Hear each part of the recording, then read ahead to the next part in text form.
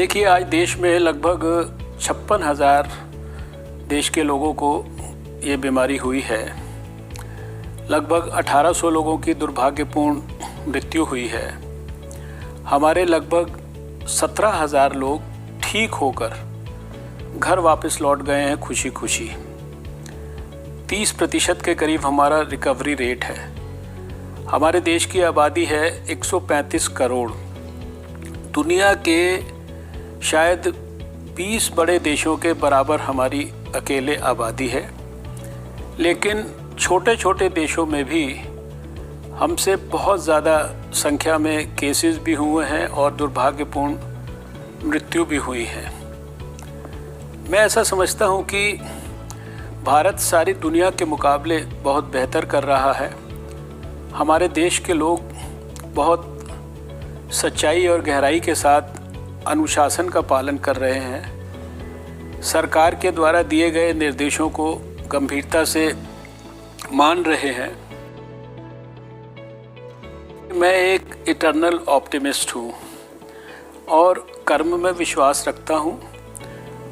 Corona के खिलाफ युद्ध को हमने देश में सबसे पहले शुरू किया दुनिया के मुकाबले, और सारे देश ने हमारा साथ दिया, डिसिप्लिन दिखाया, प्रधानमंत्री जी के निर्देशों को बहुत गंभीरता से पालन किया।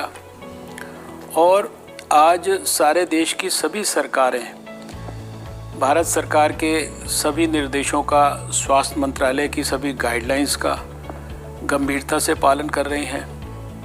हमारा जो इंटीग्रेटेड डिजीज़ सर्विलेंस सिस्टम है वो दुनिया के अंदर माना हुआ सिस्टम है, और इन सब के रहते सब पैरामीटर्स पर हमें भारी सफलता मिल रही है। सारे दुनिया में हमारी सराहना हो रही है। भारत की स्ट्रैटेजी की ओर सब लोग बहुत गंभीरता से देख रहे हैं। विश्व स्वास्थ्य संगठन भी बार बार भारत की सराहना कर रहा है। मुझे तो पूरा विश्वास है कि आने वाले समय में बहुत जल्दी, कुछ ही सप्ताह के अंदर कोरोना के खिलाफ जंग में हमारे देश को भारी सफलता मिलेगी। देखिए, निश्चित रूप से चिंता ज़रूर है, लेकिन मुझे पूरा विश्वास है कि इन शहरों में भी इस समस्या का समाधान हम पूरी तरह से कर लेंगे। यहाँ की विशिष्ट प्रकार की समस्याएं थी। दिल्ली में, अहमदाबाद में और ख़ासकर मुंबई में बहुत कंजेस्टेड इलाके हैं, स्लम्स हैं, एक एक घर में 15-15 लोग रहते हैं, बहुत नैरो लेन्स हैं, एक लेन का दूसरी लेन के साथ कनेक्शन है, और इन बड़े बड़े क्लस्टर्स में लाखों लोग रहते हैं। वहाँ लॉकडाउन और सोशल डिस्टेंसिंग ये व्यवहारिक तौर पर भी अगर कोई 100% इम्प्लीमेंट करना चाहे तो वो शायद नहीं कर सकता। इसके कारण, और ख़ासकर जो विदेशों से लोग आए वो भी इनमें से बहुत सारे शहरों में आए, मरकज़ के लोगों का और जो हमारे माइग्रेंट लेबरर्स हैं उनका भी यहाँ पर बहुत बड़ा एक प्रकार से इफ़ेक्ट रहा। इन सब कारणों से यहाँ की तकलीफ़ सारे देश के मुकाबले ज़्यादा है। लेकिन जहाँ एक तरफ यहाँ की सरकारें प्रयास कर रही हैं, वहाँ केंद्र सरकार भी कोई कसर नहीं छोड़ रही है। हम लगातार अपनी टीम्स वहाँ भेज रहे हैं, एक्सपर्ट्स को भेज रहे हैं, और इसके साथ साथ हमने अपने जो all India institute of medical sciences हैं भोपाल में और दूसरे स्थानों पर, उनको भी विशेष रूप से, दिल्ली में हमने अपने एम्स न्यू दिल्ली को कहा है कि वो विशेष रूप से सारे दिल्ली की स्थिति का आकलन करे, मदद करे। दिल्ली में NCDC, national centre for disease control, विशेष रूप से दिल्ली के ऊपर अपने ध्यान को केंद्रित किए हुए है।